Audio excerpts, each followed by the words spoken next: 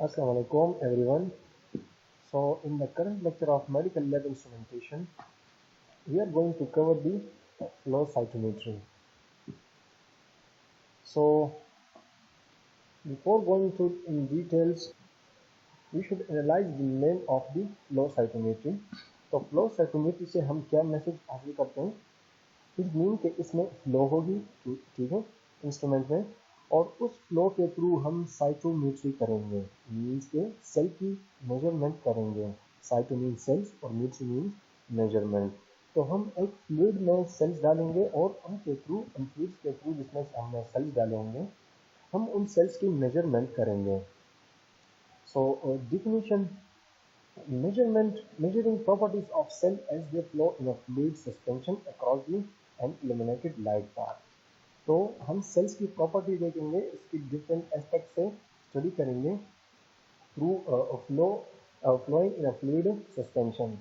और एक fluid suspension होगी, उसमें हमारे सेल्स होंगे और इस पर एक लेज़र की बीम डाली जाएगी और इसके थ्रू हम इसको डिफ्रेंशिएट करेंगे. सो flow cytometry is a laser-based technique to count and analyze the size, shape, and properties of individual cells within a heterogeneous population of cells. तो इसके थ्रू हम क्या करते हैं, ये एक लेजर बेस्ड टेक्निक है. इसमें हम सेल्स काउंट करते हैं, इसके साइज, शेप और प्रॉपर्टीज हम स्टडी कर सकते हैं विदिन अ हेटेरोजेनियस पॉपुलेशन. मीन्स के एक ऐसा पॉपुलेशन ऑफ द सेल्स या एक ऐसी मिक्सचर जिसमें डिफरेंट टाइप के सेल्स प्रेजेंट हो. हेटेरोजेनियस मीन्स के डिफरेंट टाइप्स. तो different types of the cells इसमें प्रेजेंट होते हैं और हम उन सेल्स को मेजर करते हैं, इनकी प्रॉपर्टीज देखते हैं, उनके साइज, शेप, और इस लिहाज से हम उसको स्टडी करते हैं. सो बेसिकली जो फ्लो साइटोमेट्री है, ये आमतौर पर लैब में, हमारे पास हिमेटोलॉजी लैब में यूज़ होती है मोस्टली. अगर हम डायग्नोस्टिक साइड की बात करें तो डायग्नोसिस पर्पज के लिए हिमेटोलॉजी में यूज़ होती है. और हिमेटोलॉजी में ये जिस तरह हम CBC करते हैं, कंप्लीट ब्लड काउंट्स, उसके लिए भी यूज़ होती है और ये एक स्पेशलाइज्ड मशीन है. तो जो हमारे लोकल लैब में जो हेमेटोलॉजी एनालाइजर होते हैं, जिस तरह से स्नेक्स हो गया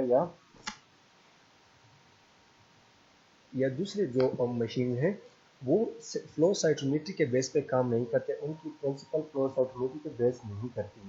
तो जो फ्लो साइटोमेट्री है वो जिस तरह सेल्डाइन हो गया, रूबी कंपनी का, और जो एडवांस लैब में जिस तरह RMI में और नॉर्थवेस्ट में प्रेजेंट है, तो मोस्टली वो वाले हेमेटोलॉजी एनालाइजर फ्लो साइटोमेट्री पे काम करते हैं.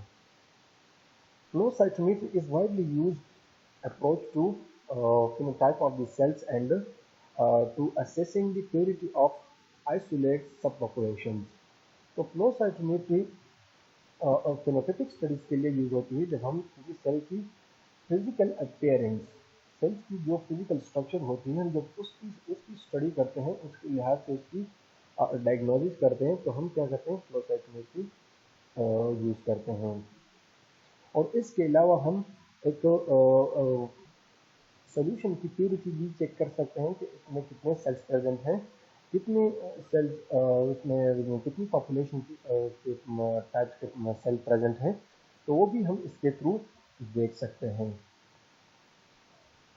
Predominantly, it is measured by a fluorescence intensity result from fluorescence conjugated antibodies directly recognizing the target protein or ligands specifically bind to molecules such as DNA within a cell. तो इसमें एक और बात है कि इसके थ्रू हम different cell भी एनालाइज कर सकते हैं, प्रोटीन और अमीनो एसिड वगैरह भी हम इसके थ्रू डिटेक्ट कर सकते हैं. तो अगर हमारी पर्पज़ है, हम कोई सेल्स वगैरह इसके थ्रू डिटेक्ट करना चाहते हैं, तो हम क्या करते हैं, उसको सिंपली जिस तरह IBCs, WBCs अगर हम इसके थ्रू देखना चाहते हैं, तो हम सिंपली मशीन में सैंपल लगाते हैं और रन करते हैं. लेकिन अगर हमारी मकसद है कि कोई प्रोटीन हम इसके थ्रू डिटेक्ट करें, तो फिर हम क्या करते हैं, तो फिर हम इसके लिए फ्लोरेसेंस कंजुगेटेड एंटीबॉडी यूज़ करते हैं और उनके साथ इन कंजुगेटेड के साथ हम उन प्रोटीन्स को लेबल करते हैं और फिर वो लेबल्ड प्रोटीन हम इस फ्लो साइटोमेट्री पे रन करते हैं और इसके थ्रू इस तरह डिटेक्शन करते हैं. In addition, based on the properties of cell, a heterogeneous nature of biological cells can be sorted in two or more containers by using a specialized type of flow cytometry called fluorescence activated cell sorting. तो flow cytometer में कुछ ऐसे साइटोमीटर्स भी हैं जो कि हमारी sorting भी करती है, सेल्स की सॉर्टिंग करते हैं, मीन्स के सेल को अरेंज करती हैं। सेल्स की जो डिफरेंट पॉपुलेशन होती है उनको सेपरेट करके आपको कंटेनर में देती है। जिस तरह फॉर एग्जांपल अगर हम होल ब्लड की एग्जांपल लें तो इसमें आरबीसी प्रेजेंट होते हैं, ठीक है, डब्ल्यूबीसी प्रेजेंट होते हैं, तो ये इनको आइसोलेट कर सकती है और फिर डब्ल्यूबीसी में लिम्फोसाइट, मोनोसाइट या इज़ोफिल्स वगैरह इनकी आइसोलेशन करती है और इस तरह इनको सॉर्ट करती है। सॉर्ट मीन्स तरतीब देना। Flow cytometry data is extremely quantitative. It provides fast, objective, and simultaneous multi-parameter analysis of single cells as well as physical separation of cells of a particular interest. तो जिस तरह हमने पहले discuss कर दिया कि ये different type of cell at a time run कर सकती हैं, एनालाइज कर सकती हैं। तो ये जो फ्लो साइटोमेट्री टेक्निक है ये एक्सट्रीमली क्वांटिटेटिव है। ये हमें क्वांटिटी बताएगी, सेल्स की नंबर बताएगी कि कितने सेल्स प्रेजेंट है और कौन कौन से पॉपुलेशन के हैं, मीन्स के कौन कौन से टाइप के हैं। It provides fast, objective and simultaneous multi parameter analysis. तो ये इसके थ्रू हम मल्टी पैरामीटर एनालिसिस कर सकते हैं। जिस तरह अगर हम हेमाटोलॉजी एनालाइजर की बात करें, हम बार बार हेमाटोलॉजी एनालाइजर की बात इसलिए कर रहे हैं क्योंकि मोस्टली ये टेक्नोलॉजी हमें हेमाटोलॉजी एनालाइजर में मिलती है और इससे हम बेनिफिट लेते हैं लैब में और एडवांस एनालिसिस इसके थ्रू हम करते हैं। तो मल्टी पैरामीटर मीन्स के अगर हमारे पास एक मशीन है वो एक टाइप की सेल्स रन करती हैं, एक टाइप की एनालिसिस करती हैं, तो उसको मोनोपैरामीट्रिक मशीन कहते हैं। तो अगर हमारे पास मल्टी पैरामीटर्स रन होते हैं एक मशीन में तो हम इसको मल्टी पैरामीटर्स एनालाइजर कहते हैं। तो ये multiple parameters eight a time run कर सकती हैं। जिस तरह अगर हम डब्ल्यूबीसी की बात करें तो इसमें अगर हम लिम्फोसाइट, मोनोसाइट, इज़िनोफिल, बेसोफिल और ये 5 टाइप के अगर हमें अलग अलग रन करती है ये मशीन, तो फिर हम इसको 5 पैरामीटर्स मशीन कहते हैं। मल्टी पैरामीटर में से 5 पैरामीटर्स, तो ये 5 पैरामीटर्स हो गए। अगर इसके साथ हम आरबीसी भी ऐड कर दें तो ये आरबीसी की एनालिसिस भी करती हैं, तो ये 6 पैरामीटर्स हो गए फिर, ठीक है। तो ये मल्टी पैरामीटर मशीन इस तरह होती है और इसकी फिजिकल सेपरेशन भी करती है। जिस तरह मैंने पहले डिस्कस कर दिया कि सॉर्टिंग करती है और सॉर्टिंग मीन्स के सेल्स को अरेंज करती है, अलग अलग उनकी अरेंजमेंट और अलग अलग कंटेनर में डालती है। So these are some special properties of flow cytometry. So ये जिस प्रिंसिपल पे काम करती है इसको कहते हैं हाइड्रोडायनेमिक फॉक्सिंग, ठीक है। Once the sample is injected into a stream of a sheet of fluid within the closed chamber, they are forced in the center of the stream forming a single file by the principle of hydrodynamic forcing. तो इसमें क्या होता है basically, अगर हम machine की internally बात करें तो ये किस तरह काम करती है, तो इसमें एक फ्लूइडिस एक चैम्बर होती है जिसको हम फ्लूइड सिस्टम कहते हैं। इसमें हमारे पास फ्लूइड होती है और फ्लूइड होती साइड में से होती है। जो हमारे पास जो चैम्बर होती है इसके साइड में फ्लूइड होती है और हम इसके सेंटर में जो कोर पार्ट होती है, जो सेंटर होती है, उसमें सेल्स डालते हैं। सेल्स मशीन ऑटोमेटिकली वहाँ पर खींचती है, लेकिन हम अगर प्रिंसिपल की बात करें तो सेल्स इसके कोर में होती हैं, सेंटर में होती हैं। तो ये क्या करती है, ये जो कोर होती है इसमें एक नैरो टाइप की चेम्बर लगी होती है और वो चेम्बर क्या करती है, वो सेल्स को एक लाइन में कर देती है और एक सेपरेट सेल्स को सेपरेट पोजीशन देती है। तो इसका क्या फ़ायदा होता है, इसका फ़ायदा ये होता है कि जब ये सेल्स अलग अलग हो जाएं तो फिर जब इससे बीम पास होगी, हम आगे इसको पढ़ेंगे तो आप लोगों को पता चल जाएगा कि बीम कहाँ पर पास होती है और किस तरह पास होती है। तो फिर जब आइसोलेटेड सेल होते हैं तो इससे जब बीम पास होती है, जो लेज़र की बीम होती है, लेज़र की रे होती है, रेज होती है, वो जब इससे पास होती है तो ये अलग अलग सेल्स की हमें इंफॉर्मेशन देती हैं, तो हमें पता चलता है कि कौन से सेल्स की क्या क्या प्रॉपर्टी है। So flow cytometer suspension of individual cells from culture cells, tissues, organisms are prepared in tube and then rapidly placed on a flow cytometer. Flow cytometer is constituted of 5 main components. तो flow cytometry जिस तरह हमने discuss कर दिया कि mixer होते हैं, जो अगर हम कल्चर से लेते हैं, टिश्यू से लेते हैं या ऑर्गेनिज्म के दूसरे पार्ट से लेते हैं, और इसको हम एक ट्यूब में प्रिपेयर करते हैं और फिर फ्लो साइटोमेट्री को सक करवाते हैं, और इसकी सकिंग के बाद ये फिर आगे इसको प्रोसेस करती है। जो अच्छा, फ्लो साइटोमेट्री के अब 5 मेन कंपोनेंट्स हैं। तो कौन कौन से कंपोनेंट्स होते हैं? सबसे पहले लाइट सोर्स होती है। The most commonly is a laser because it can produce a high intensity beam of a monochromatic light. तो हम लाइट सोर्स के लिए कोई बल्ब वगैरह इसमें यूज नहीं करते। जिस तरह टंगस्टन बल्ब होते हैं जो आमतौर पर जो हमारे केमिस्ट्री में लगाए जाते हैं, इसमें यूज होते हैं, तो ये इसमें वो वाली नहीं होती, ये इसमें एक स्पेशलाइज टाइप की लेज़र होती है। और वो क्यों यूज होती है? क्योंकि इसकी इंटेंसिटी बहुत ज़्यादा होती है, जो रेज ये जनरेट करते हैं वो बहुत ही इंटेंसिव होती है, और ये एक टाइप की लाइट जनरेट करती है। मोनोक्रोमेटिक लाइट मीन्स के वन टाइप ऑफ लाइट, तो एक टाइप की लाइट प्रोड्यूस करती है। So flow chamber move the sample into a narrow channel causing the cells to form single pile line before the cells pass to the laser।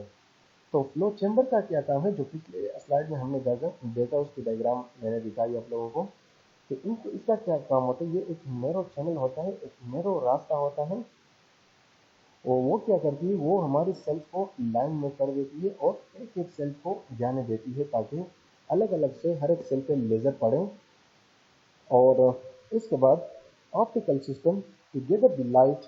Optical system क्या करती है? ये lights को gather करती है, जो लाइट पास होती है इन सेल्स में से, और कुछ लाइट फॉरवर्ड होगी, फॉरवर्ड जाएगी जब ये सेल से टकराएगी, और कुछ स्कैटर्ड होगी। स्कैटर्ड मीन्स के फैलेगी एक तरफ और दूसरी तरफ।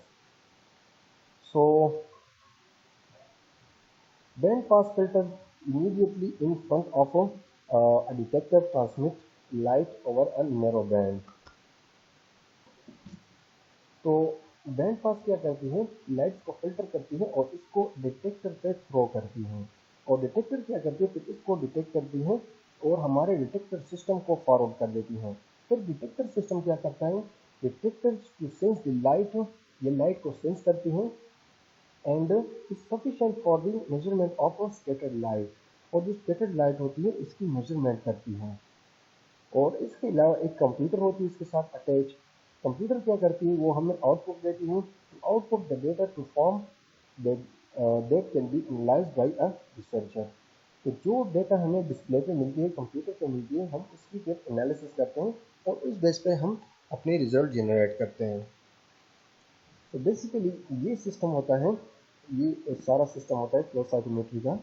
इसमें सबसे ऊपर से देखें, एक सेल सस्पेंशन हम डालते हैं फ्लूइड, इसमें ये पोर्शन रहता है, ये फ्लूइड सिस्टम का पोर्शन, जिसको हम फ्लो चैम्बर भी कहते हैं। यहाँ पर सस्पेंशन आ जाती है, और ये सस्पेंशन क्या होती है? यहाँ से नैरो लाइन में पास होती है, एक एक सेल्स पास होती है। तो ये देख लें, ये जो सस्पेंशन हमने डाल दिया, इसमें डिफरेंट कलर्स के सेल हैं, मीन्स के ये डिफरेंट टाइप ऑफ सेल्स हैं और डिफरेंट पॉपुलेशन है। तो यहाँ से सेल पास हो रही है, और इसके बाद लेज़र से बीम आती है और एक एक सेल से टकराती है, और सेल से टकराने के बाद ये लाइट कुछ सीधा जाती है, बैंड पास पे पड़ती है, और कुछ हमारे पास स्कैटर हो जाती है, एक दूसरे साइड पे जाती हैं। और जो स्कैटर्ड लाइट होती है जो इधर उधर जाती है, उसके फिर साइड्स पे डिफरेंट फिल्टर्स लगे होते हैं। वो क्या करते हैं? उनको डिटेक्ट करते हैं वेवलेंथ के बेस पर, और फिर इससे हमें डिफरेंट पॉपुलेशन आइडेंटिफाई हम कर सकते हैं। और फिर यहाँ से जब सेल्स नीचे आते हैं, तो ये देख लें, नीचे सेल की सॉर्टिंग होती है, अलग अलग सेल्स के टाइप्स अलग अलग कंटेनर में जाते हैं।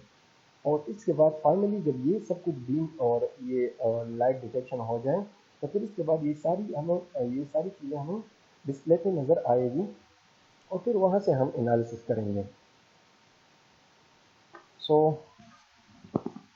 इसकी जो ऑप्टिकल पार्ट होती है, जो लेज़र और डिटेक्शन सिस्टम है, ये ऑप्टिकल पार्ट है। इसमें 2 टाइप की स्कैटरिंग होती है, एक फॉरवर्ड होती है और एक साइड स्कैटरिंग होती है। तो फॉरवर्ड स्कैटर को हम शॉर्टकटली एफएससी कहते हैं। तो इसमें क्या होता है, light that is scattered in the forward direction, तो वो लाइट जो फॉरवर्ड डायरेक्शन में पास होगी, सेल से पास होगी, तो इसको हम फॉरवर्ड स्कैटर्ड लाइट कहते हैं। along the same axis the laser is traveling, तो उसी ही रास्ते में, उसी ही एक्सिस में, जिस एक्सिस पे हमारी जो बीम होती है वो पास होती है, is detected in the forward scatter channel. और ये जो इसके लिए फिर अलग चैनल होते हैं और जो साइड स्कैटरिंग लाइट्स होते हैं उसके लिए अलग चैनल लगे होते हैं। तो जो फॉरवर्ड के लिए होते हैं उसके लिए फॉरवर्ड स्कैटर चैनल लगे होते हैं, वो इस लाइट को मेजर करती है और इसको डिटेक्ट करती हैं। The intensity of this signal has been attributed to cell size, refractive index, membrane permeability। तो इसमें क्या होता है, ये क्या करती है, इससे हमें क्या पता चलता है, इससे हमें ये पता चलता है कि सेल की साइज कितनी है। तो ये याद रखिए, जो फॉरवर्ड स्कैटर है ये हमें सेल की साइज बताती है। हम इससे सेल के साइज का अंदाज़ा लगाते हैं कि सेल की साइज कितनी है। तो एक तो हमें ये भी पता चलता है कि सेल्स की जो पॉपुलेशन है, जो मिक्सर है, उसमें कितने साइज के सेल हैं, ये हमें इस तरह एक एक सेल्स की साइज भी बताती हैं।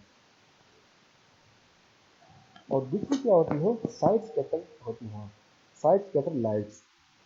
Laser light that is scattered at 90 degree to the axis of the laser path is detected in the side scatter channel. तो जिस तरह मैंने पहले बताया कि जो फॉरवर्ड के लिए अलग चैनल लगे होते हैं, चैनल बीम के फिल्टर लगे होते हैं डिटेक्शन सिस्टम के, वो इन लाइट्स को डिटेक्ट करती हैं। और इसके अलावा जो साइड स्कैटर लाइट्स हैं, इसके लिए अपने चैनल लगे होते हैं, जो साइड्स पे लगे होते हैं, वो इन लाइट्स को डिटेक्ट करती हैं। तो इस डायग्राम में आप लोग देख लें, ये जो लेजर की बीम आ रही है, चीज़ें, ये कुछ कुछ बीम सीधे जा रही है और कुछ साइड्स पे जा रही हैं। तो जो सीधे जा रही है, देखो, ये सेल से एक साइड पे और दूसरे साइड पे जा रही है। तो इसके दरमियान जो डिफरेंस है, इस डिफरेंस को क्या करती है, हमारी जो फॉरवर्ड स्कैटर चैनल्स होती हैं, वो इसको डिटेक्ट करती है कि इनमें कितनी डिफरेंस है, इनके बीच में कितनी डिस्टेंस है। तो इस डिस्टेंस के बेस पर सेल की साइज की मेजरमेंट होती है। और इसके अलावा जो सेल्स के अंदर जो कंटेंट है, फॉर एग्जांपल न्यूक्लियस है या डिफरेंट ग्रेन्यूल्स हैं, वो ग्रेन्यूल्स क्या करती है, लाइट को डिविएट करती है फ्रॉम फॉरवर्ड डायरेक्शन। तो फॉरवर्ड डायरेक्शन से लाइट को डिविएट करती है और 90 एंगल पे इसको डिविएट करती हैं। और ये डिविएशन, इस डिविएशन के लिए फिर साइड पे अलग डिटेक्टर्स लगे होते हैं और वो इनको डिटेक्ट करती हैं। तो फिर हम ये अंदाज़ा लगा सकते हैं इसमें कि अगर कॉम्प्लेक्सिटी ज़्यादा हो, सेल्स के अंदर कंटेंट ज़्यादा हो, सेल्स के अंदर ग्रेन्यूल ज़्यादा हो या और कोई कंटेंट्स हो वो ज़्यादा हो, तो फिर ज़्यादा लाइट हमारे पास स्कैटर्ड होगी। और फिर हम इससे अंदाज़ा लगाते हैं कि ये कौन सा सेल है। सो measurement of forward and scatter और साइड स्कैटर।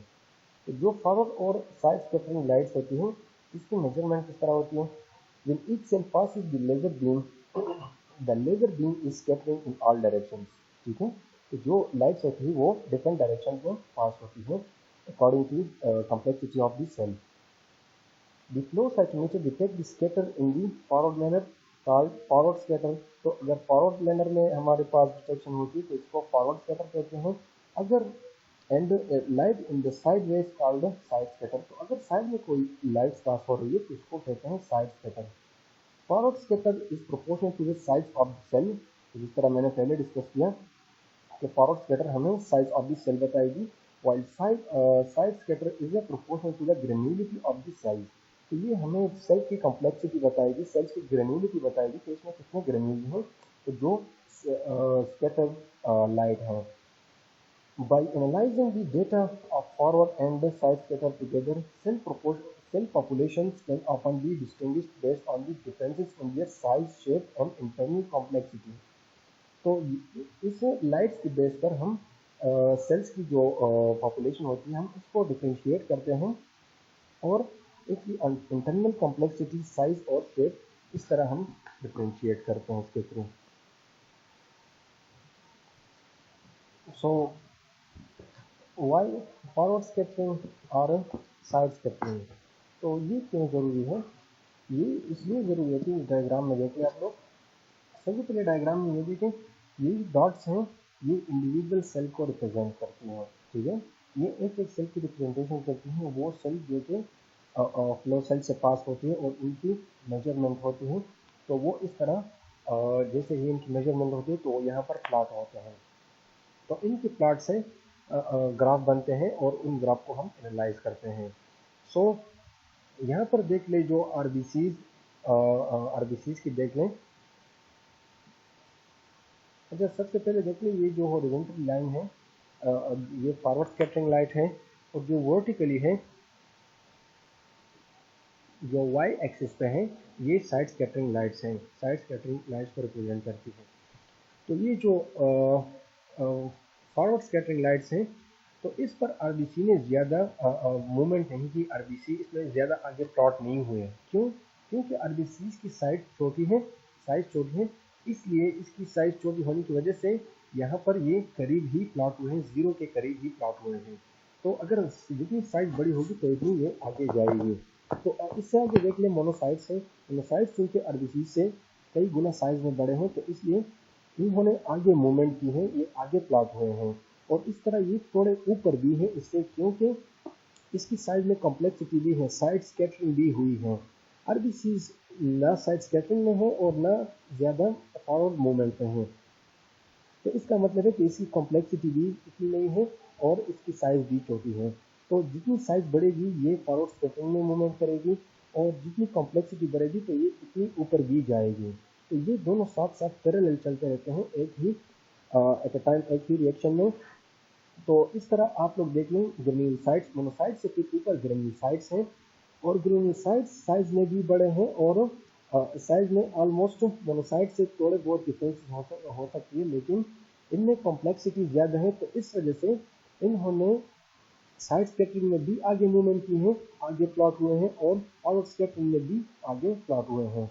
तो ये जो एक एक क्लस्टर है इस डायग्राम में, ये एक एक क्लस्टर्स डिफरेंट पॉपुलेशन को रिप्रेजेंट करती हैं। तो यहाँ पर जो सबसे पहला वाला है ये आरबीसी को रिप्रेजेंट करती है, और इससे दूसरा वाला जो है लिम्फोसाइट, वो भी ऑलमोस्ट आरबीसी से साइज में थोड़े बड़े हैं। तो इस वजह से ये इसके करीब करीब है, और फिर इसके बाद मोनोसाइट है, और फिर इसके बाद ग्रेन्यूलोसाइट है। सो तो ये इसलिए ज़रूरी होता है to study of the study of forward and side scattering allow us to know the differentiation of different types of cells. तो इस तरह, जिस तरह हमने पहले डिस्कस कर दिया कि हम इसको डिफरेंशिएट करते हैं, वो किस तरह डिफरेंशिएट करते हैं, वो जब हमारे पास कंप्यूटर में हमें डिस्प्ले पे ये रिजल्ट नज़र आ जाए, तो हम फिर इस बेस पे डिफरेंशिएशन करते हैं। सो ये तो हमने सेल की बात की। तो अगर प्रोटीन्स या कोई और सेल है जिनको हमने लेबल किया हुआ है, तो फिर उसकी किस तरह, ये डायग्राम देख लीजिए, छोटी डायग्राम जिसमें सेल है, रेड सेल है। रेड सेल डजंट मीन के आरबीसी, मीन के कलर रेड है, तो इस वजह से ये मैं रेड सेल कह रहा हूँ। तो ये जो रेड कलर का सेल है, इसके ऊपर हमने एक एंटीबॉडी लेबल की है, एंटीबॉडी लगाई है, और वो एंटीबॉडी फ्लोरोक्रोम के साथ लेबल है। तो चूंकि इसमें तो हम वेवलेंथ के बेस पे डिफरेंट फिल्टर्स लगाए होते हैं, और डिफरेंट फिल्टर्स डिफरेंट वेवलेंथ के लाइट्स को कैच करती हैं। तो ये जो फ्लोरोक्रोम लगा हुआ है, तो इसका हमें पता होगा कि ये कौन से वेवलेंथ पे लाइट इमिट करता है। तो जो एंटीबॉडी हमने डिज़ाइन की है, वो स्पेसिफिक सेल्स के अगेंस्ट हमने डिज़ाइन की हुई। से फॉर एग्जांपल रेड सेल है, उसके सरफेस पे एक प्रोटीन है या रिसेप्टर है या कुछ भी है, उसके अगेंस्ट हमने एंटीबॉडी डिज़ाइन की है, और वो उन सेल के पॉपुलेशन को हमने इस एंटीबॉडीज़ के साथ मिलाया। तो ये एंटीबॉडीज़ मिलाने के साथ इसमें क्या होता है, एंटीबॉडी इसकी जिस एंटीजन के अगेंस्ट डिज़ाइन की होगी, जिस रिसेप्टर या जिस प्रोटीन अगेंस्ट डिज़ाइन की होगी, ये उसके साथ बाइंड होगी।